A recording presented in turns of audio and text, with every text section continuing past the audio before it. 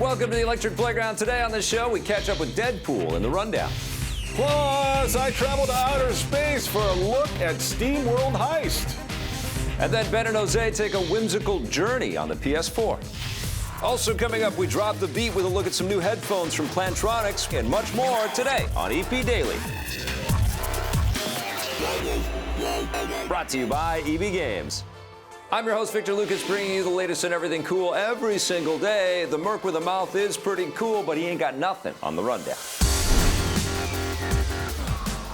Deadpool has finally been unmasked. Take a look at the first full preview for the long-awaited X-Men spin-off movie focusing on the fan-favorite anti-hero who's not afraid to talk back. I am very turned on right now. Ryan Reynolds reprises his role from X-Men Origins Wolverine, and this time around, the film will focus on his origins, showing how Special Forces operative Wade Wilson became Deadpool in the first place. Exactly.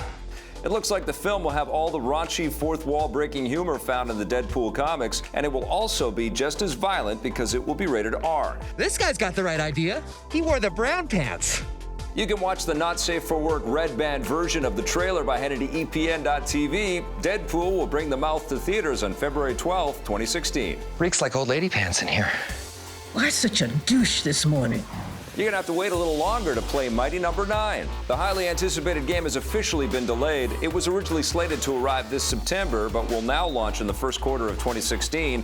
The development team says they still have some bugs to work out and want to make sure that the game will live up to expectations. Mighty Number 9 was funded through a record-breaking Kickstarter campaign in 2013 and is created by Mega Man designer Keiji Inafune. Couldn't have more disparate elements to talk about today in the rundown, but that's okay. Marissa Roberto is here to help us through all of this stuff. I'm here to cheer you up. All right, so Mighty Number 9 delay. I'm bummed out. I was a backer. I'm a believer. I'm looking forward to this game. I played a little bit of it at E3 and had a good time. Break this down. How long have you been waiting? Long time. All right. Yeah, I keep forgetting about this game, as a matter of fact. And then every once in a while, a Kickstarter thing pops up and says, "Yeah, we're late. So then you shouldn't feel so sad. I mean, we have other things to entertain ourselves with. I mean, you could play the Mega Man Legacy game that's coming out. Ooh.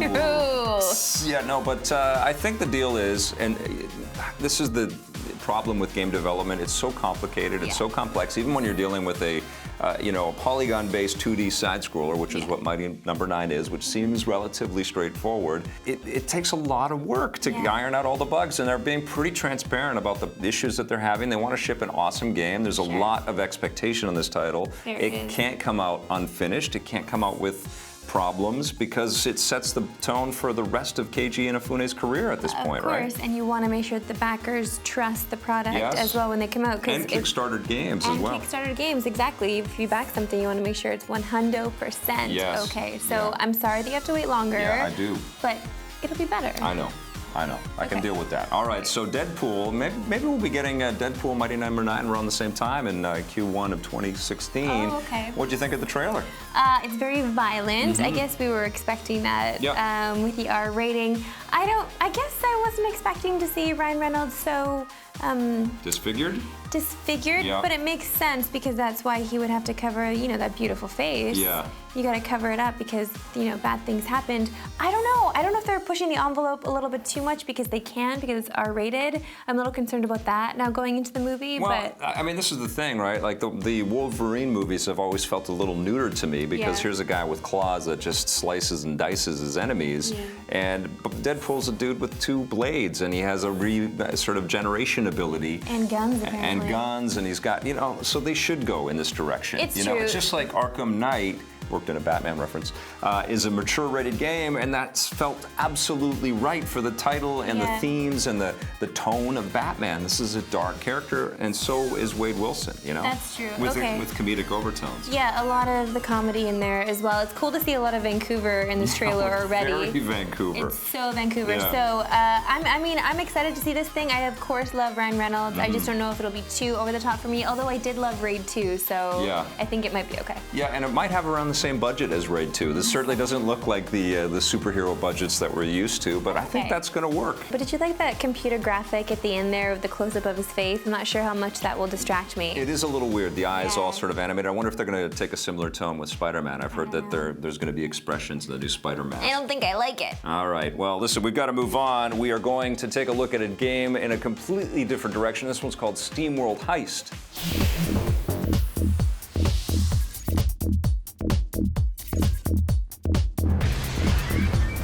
I'm with Brian Segerson. He is the director on a game called Steamworld Heist. Now, Steamworld Dig, one of my favorite games, one of Vic's favorite games of all time. This is a new game. Tell me about the fiction of this world. All right, so Steamworld is a world of steam-driven robots, and where Steamworld Dig was set in the West, I think you thought the main character was a turtle, and we decided that was all wrong, right?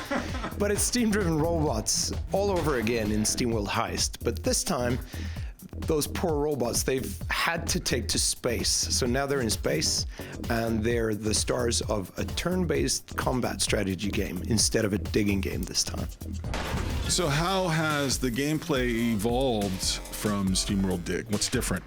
Everything is different. So this is where Dig was like a mining platform adventure. This is not platforming at all. It's a turn-based combat game, but you have the same perspective. You see everything. It's a 2D game that you see from the side, and it looks just marvelous. So when you look back on Steamworld Dig, what did you guys learn that you're able to bring to bear on Heist?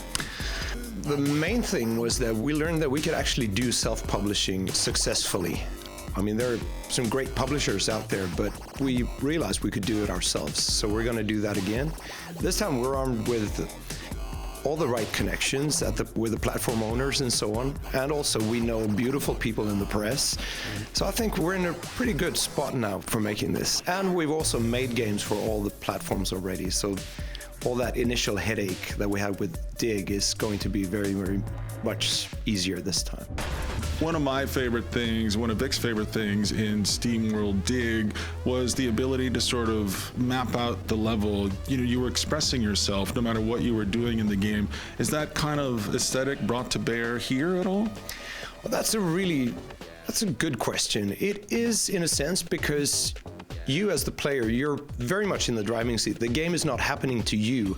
You decide what kind of missions you want to go on and what route you want to take. I don't know if you remember, but Dig was randomized in the way that the locations of caves and gems and so on was randomized. And we've taken that randomization with us to Heist, so that you're sort of going from start to finish in this game as well. But every mission is randomly generated, meaning that if you play the game once and then you play it again, it's going to be very, very different. You're going to run into other enemies, other ship types. It's never going to look the same. So we love the idea of the player actually being in the driving seat. You decide what the game experience is going to be. Those guys are doing some great work. I would love to get out to Sweden and visit that team. Yeah, you just want to go to Sweden. I just want to go to Sweden. All right, don't go anywhere, because after the break, we've got a treat for your ears.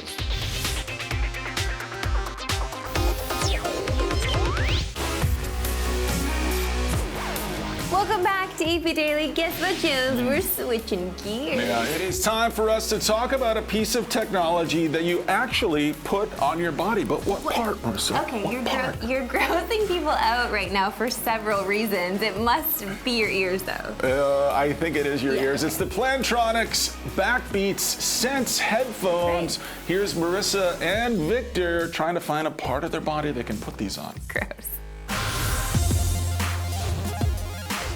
My friend Victor and I have been doing a lot of headphone samplings lately. We've been putting those things on our ears. We do all kinds of cool things on this show, don't we? Yeah, we do. These ones I think might be my favorite. We'll see. These are from Plantronics. They're called Backbeat Sense. Backbeat Sense, yeah. Right? They are beautiful to look at and to hold in your hands. This thing comes in a beautiful case. Yeah. I really feel like a high-class lady opening the zipper, pulling it out. Very elegant. We got the white pair with the brown leather ear cups, so it's sleek.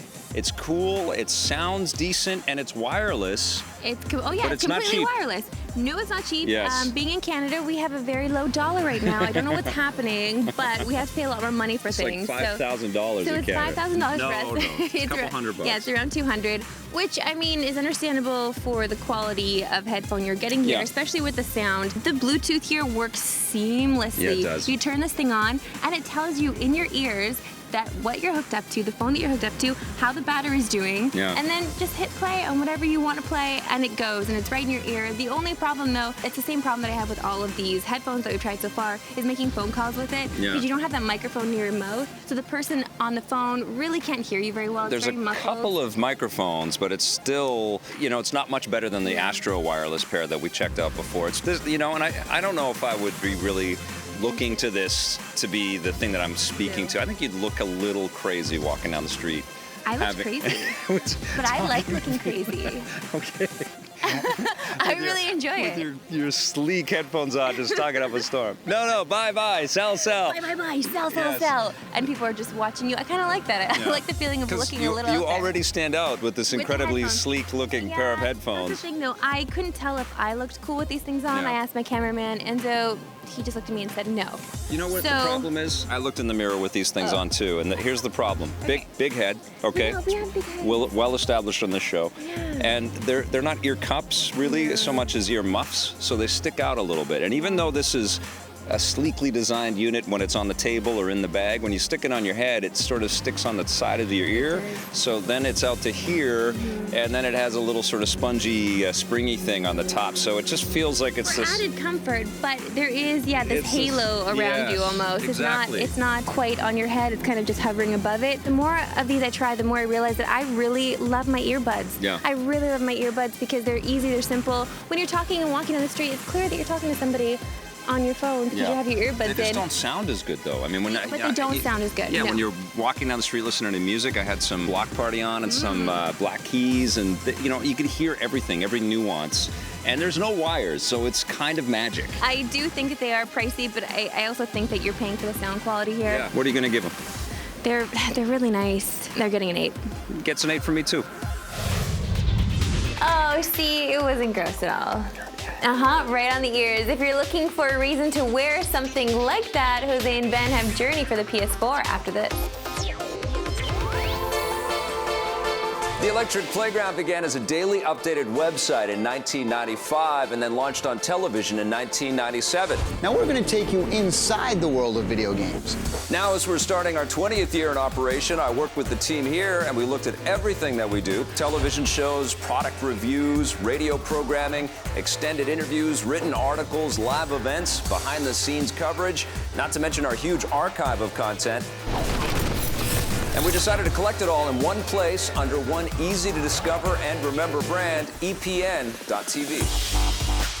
The N in EPN stands for network, but not just in the traditional broadcast sense. That's why you can listen to us every day on EP Radio or every week on Vic's Basement. Welcome to my basement, everybody! Hey. You can also tune into EP Live. Can we roll that to the end? Yeah. We've improved our EP Daily app that you can download for your Android or iOS device, and you can also read some exclusive feature content at EPN.TV. It's time to let some of that passion of yours pay off a little. We'll see you at EPN.TV.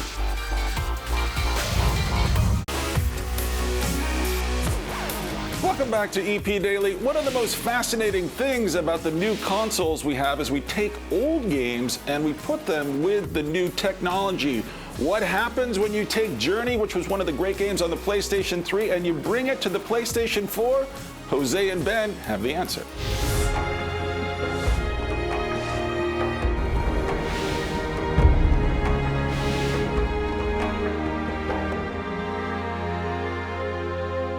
It must be time for Ben and I to talk about another old game again, because it seems like we've been doing a lot of that lately. This is Journey. That's right, Journey is back out now. If you own a PlayStation 4, now it looks even prettier than it did before. Ben, what did you think of Journey on the PlayStation 4? You know, this is the kind of game that you're not really sure why or what you're going to get out of it on a new system, because it was such an amazing and beautiful game. It's got a lot to live up to. On the PlayStation 3. That it's nice that they re-released this for the PS4, and to be honest and to be fair, it looks better than it did on the PS3. As it should, though. Yeah. It's like expected that if you're going to re-release a game, especially one that it was so minimal in the overall presence of the game itself, it's not like it's crazy CGI and all this other stuff, and it looked as incredible as it did on the PlayStation 3, it should look as good as it does on the PlayStation 4.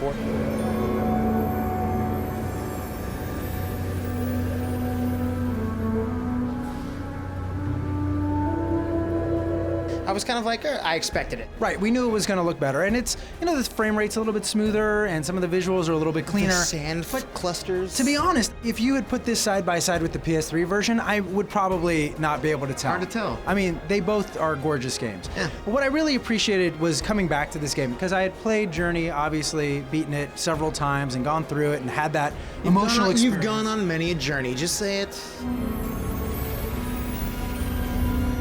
I was really interested to come back to it because it's been a couple years, and I found a couple things. One, it's still impactful. I mean, even though I knew it was going to happen, even though I remember sort of each level and when the big things, the flying things come and kill Where you. the little and secret things are. Like, yeah, I still found that even those sections were still affecting me. And playing with other people and watching these other people come in and out of your game, it was still powerful, even though I've already gone through it and it's been a couple years.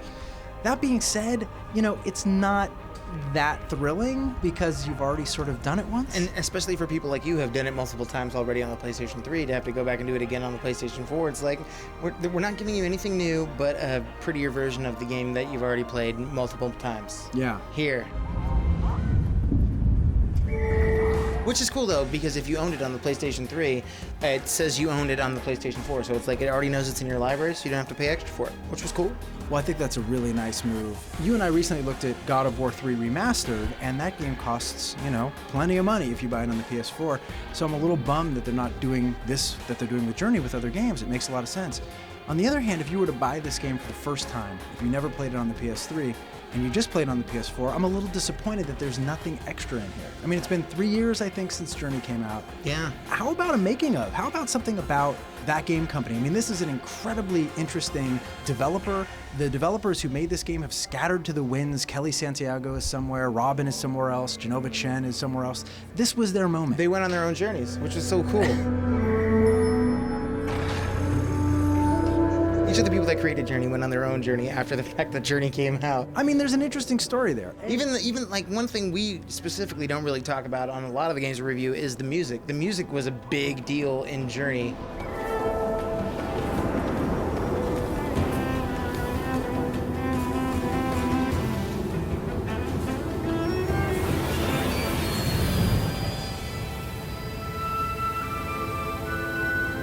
There's a lot to mine here about how important this game was. Yeah. I mean, you know, there were other indie games before this. We had Braid and we had Flower and some other games from that game company. But Journey was sort of the crescendo. This was the moment where indie gaming wasn't just an interesting, weird side project. This was a legitimate Game of the Year contender. That being said, Journey, years later, but now on the PlayStation 4, what are you going to give it? Well, it's just as poetic and beautiful and fun and moving and interesting as it was back then. Wish there was a little more content. That being said, 9 out of 10 for Journey on the PS4. I'm giving it an 8.5. Interesting. Can't wait to review it again on the PS5. It's going to look so pretty then, with no extras. Love that review. Love to see Jose and Ben working together. And up next, we've got the Twitter question of the day after this. If you want more EP, go to our website, epn.tv, for bonus content and full episodes. We're also on Facebook and Twitter.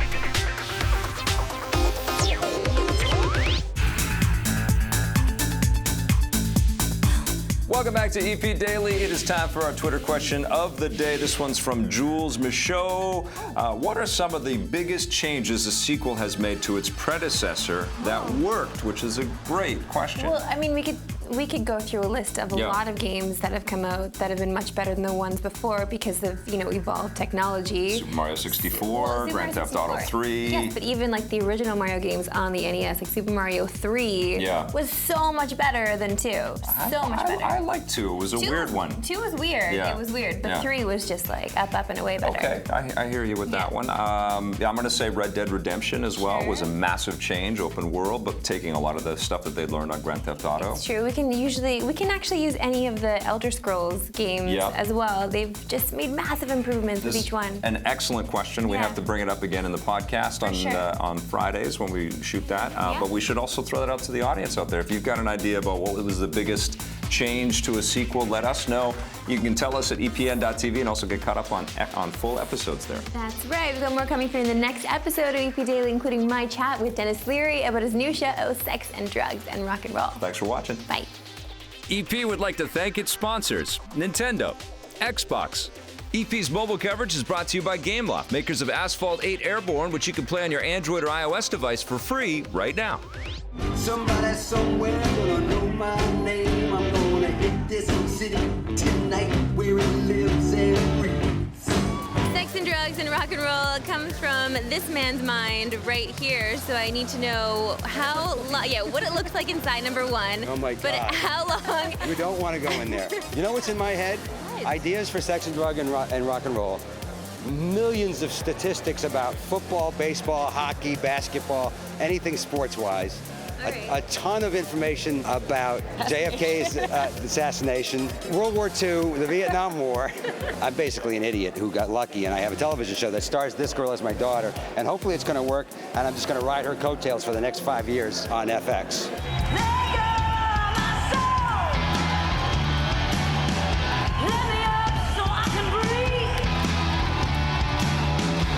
I hear that you rock out and you have an amazing voice live. She does. I like to sing, I do. I've been singing a long time, and that's Johnny C.